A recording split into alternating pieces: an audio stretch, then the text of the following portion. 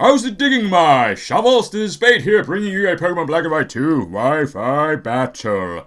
And this is a rarely used match I had a while back when Durant dropped down to RU, and I made a team. With that, I think I've posted at least a few battles in the past, so you may or may not remember this team. But this match was against someone by the name of Super AJ. It was definitely a really interesting match. Got some mind games and all that good stuff here. But anyways, looking at his team, he doesn't have anything too threatening. Like Feraligatr might be annoying if it starts setting up, but I do have Whimsicott to pretty much shut it down. And when I was looking at the leads, I was like, why not Zoidberg? Because, you know, set up entry hazards and go from there. So yeah, without further ado, let's jump right into this match. So I'm gonna lead with Zoidberg, my precious Crustle, and he thinks alike. He wants to set up hazards as well, so he's gonna lead with the Sand Slash. So on the first turn, we are just going to trade some rocks, and then on the following turn, I'm just gonna go for spikes because, you know, spikes are always helpful, and I just kind of wanted to see what he would want to do, and he just goes for the EQ to just get a bit of damage. But now I feel like he's gonna be pressured to spin because I started setting up spikes, so I'm gonna go into my spin blocker, which is my Spiritomb, and yeah, he does go for the rapid spin, so I end up blocking that, and now I would really love to dump the Choice Band onto him, so I'm just gonna go for the trick, but he switches out into his Magneton, which works out just fine, because Magneton with the Choice Band is pretty much useless, and now I basically strip him down from his extra bulk added by the Eviolite, and now I have a weapon to possibly trick on to something else on his team later. Who knows? Maybe. If I get lucky. But anyways, I got Lantern to pretty much shut down this Magneton, so I'm just gonna switch it in. And then I'm just gonna go for the Save Skull just to get some good damage on basically anything on his team. Maybe get the Skull Burn. That would be nice, especially against the Spiritomb, which does not have leftovers, so it's obviously Choice Banded as well, just like mine. And he actually ends up going for the Sucker Punch. I was kind of expecting the trick, to be honest, but I just wanted to go for the safe play, go for the Volt Switch, get out of there, get some damage on him.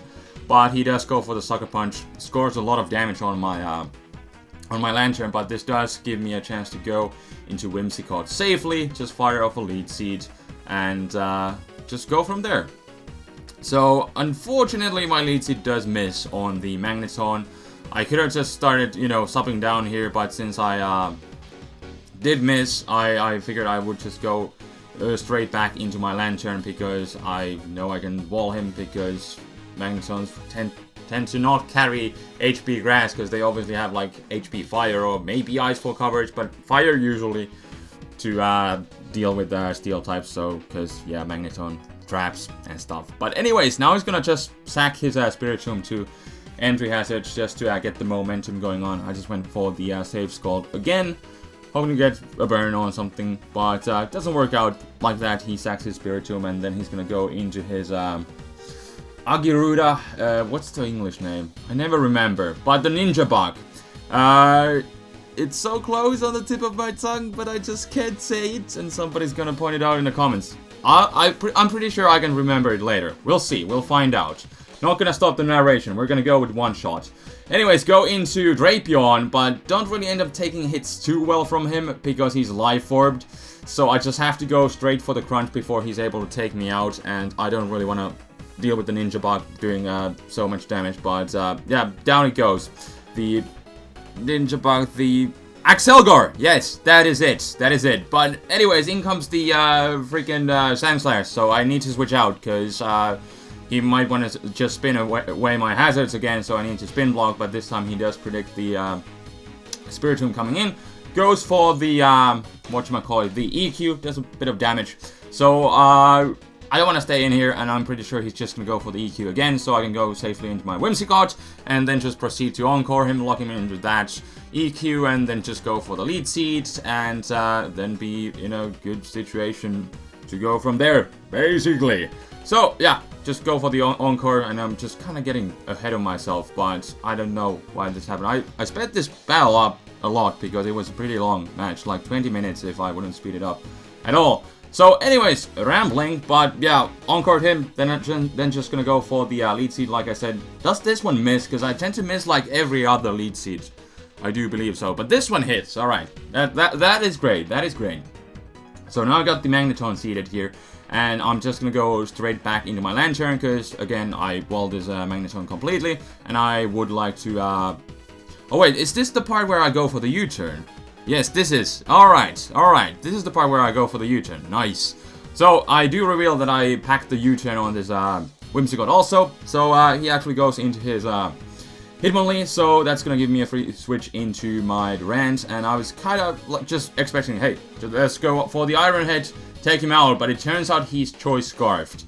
So I was like, damn, well there goes that plan. But now at least I know he's locked into the high jump kick, so I can go into my Spiritomb, just go for the Pursuit.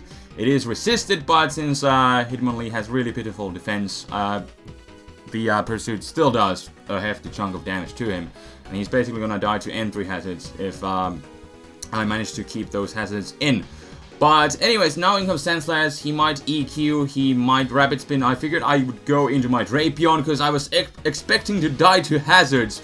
But I end up living with 4 HP, so he's gonna get the absolutely epic Rapid Spin kill on my Drapion. And I was disappointed because I was really hoping to die to hazards, but I ended up living that with 4 HP. So there goes that plan, and now my hazards are gone. My hazards! Oh no, and here's the lead seed that misses again. It's like every other lead seed, pretty much. So, yeah, missed that one, so that's kind of annoying, and I don't want to take the HBI, so I'm gonna go into my Lantern again. And to be honest, I have no idea why I didn't U-turn here. Definitely should have, but he actually pulls a switch into his Hitmonlee. This is like a few months old by now, this match. And I have no idea why I didn't go for the U-turn, because obviously that would have been a good play to do. But whatever the case is, the Hitmonlee pulls an Elo and misses the high jump kick, because why not Zoidberg? So he dies. So that actually works out just fine. So Zoidberg gets to live another day, but now in comes Feraligatr, the thing he has been basically saving throughout this whole match, because obviously it's kind of a late game cleaner. And this one turns out to be a Swords Dancer. So, gonna go straight into Whimsicott because I knew that he would want to set up, and then I was just gonna go for the Encore, just lock him into that Swords Dance before he's able to, you know, fire off any... Not really sure if he would outspeed me with Aqua Jet, but depends on how much speed he has, because my Whimsicott obviously doesn't have speed, but obviously that would be resisted, so I guess he went for Return or Ice Fang or whatever he had. But whatever the case is, lock him into Swords Dance, and he doesn't want to stay in here, so he's gonna switch out and go in his Magneton. This time Lead Seed does land, which is oh so nice. So I think I just go for the... Do I go for the sub or the U-turn? I go for the sub, alright, because since he was lead seated, I figured why not sub, because I want to see what he's gonna lock himself into, but he actually switches out into his Feraligatr again, as I just go for the safe lead seed on him. And this time he's just gonna go straight for the attack, because there isn't much anything else that he can do. He's basically in a little pickle. I said a lot of basically today, because basically, I don't know, it tends to happen. I don't know why. Anyways, we are moving on. He's gonna switch out as I sub again, because he's lead seated and he's life orbed. I could just basically stall him out. So he's gonna go into his Sandslash. I do want to see what he's doing, and the safe move, since I'm safely behind a sub, so I'm just gonna go for the lead seed. He does reveal that he's actually packing Stone Edge on this Sandslash, but because I am max HP, max defense, my Whimsicott is able to take the Stone Edge, because it's not even stab and it's a Stone Edge from Sandslash. So yeah, I end up taking that with my sub up, and figured I would just go for the Encore because it's the safest move. Then I could switch out accordingly if he's locked into Stone Edge, but he actually switches out, goes into his Magneton, as I end up missing my lead seed yet again, because, you know, gotta miss every other lead seed. Pretty much. Almost. So, anyways, this time I'm gonna go for the U-turn, like I should have done earlier. But, yeah, figured I would just U-turn out of the situation if he does switch out. And he does. And he goes into his Sandslash, so I figured I would go into my Lantern and just fire off a Scald. I know it's not gonna kill, because, you know, it's a Lantern and, it's a max HP Sandslash. So, but I figured, you know, getting some really solid damage on this thing would be extremely nice. So that would allow me to revenge kill it with something else and make it much easier for Whimsicott to stall him out because he has leftovers. So, you know, if I would stall him out at full health, that would, you know, take a lifetime. But I figured I would still speed up the process by going into Wynaut Zoidberg, because I figured I should be able to live one Stone Edge, even though it's super effective, and I do, because Zoidberg is a boss. And I do live the Stone Edge, take him out with the X-Scissor, and finally the annoying Sandslash is gone, but he does go into his Feraligatr. I know he's gonna try to set up again. I could just stay in as a Death Fodder, but yeah, again, he's gonna set up, so I'm gonna go into Whimsicott. Just so I can Encore him again and, you know, basically make him useless and lead seed and do all that stuff. But I figured this time he would predict the Encore, because I've been using it pretty much all the time since he's been setting up with his Feraligatr. But as you can see, it was pretty obvious that I would go for the Encore. So I decided to go for the lead seed, and it actually does work out really nicely, because he does go into the Magneton. So I can lead seed him, just go for the sub, and basically at the end of the turn, he's just gonna die to the lead seed damage, and then he's gonna be left with only one Pokemon, which is his Feraligatr, and definitely one-on-one I can deal with Feraligatr just fine, because it seems like the best attack that he has to hit me with is the return, and I can just go for the lead seed, and there isn't really that much that he can do.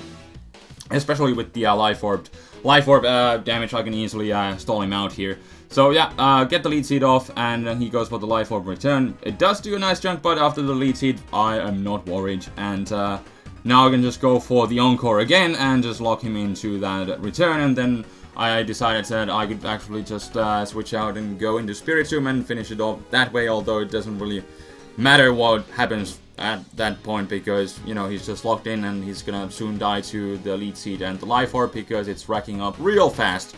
And yeah, just gonna U-turn out here. It does turn out that I'm actually faster, so I'm guessing he's not running that much speed on his Feraligatr, because I'm not running any speed. But then again, Whimsicott does have a higher base speed to begin with, but I'm not really sure where the speed ties lie with this too, if Feraligatr would be max, but I would assume he would be faster. But whatever the case is, you turn out to Spiritomb, take him out with the Sucker Punch, and that will be the game. So yeah, that will be the match for today. Hope you guys enjoyed. And yeah, I've been working on actually one new RU team as well that I'm planning to reveal like sometime later. I don't know really when, but I've had a few matches, and I'm planning to have few more still, you know, Wi-Fi battles before I started posting with that team. It's like a bit more serious RU team. Then I got this one new OU team as well, and then I got a bunch of old teams. I got a lot of old matches still, and then a bunch of new ones. So there will be a bunch of different kind of battles. So hope you guys will appreciate that. But yeah, more battles to come, and I got a new Minecraft series starting tomorrow. So I guess those of you who like Minecraft, stay tuned for that. But other than this rambling, that will be all for today. So thank you for watching, and until next time, this is TheFlamingSpade signing out. Peace.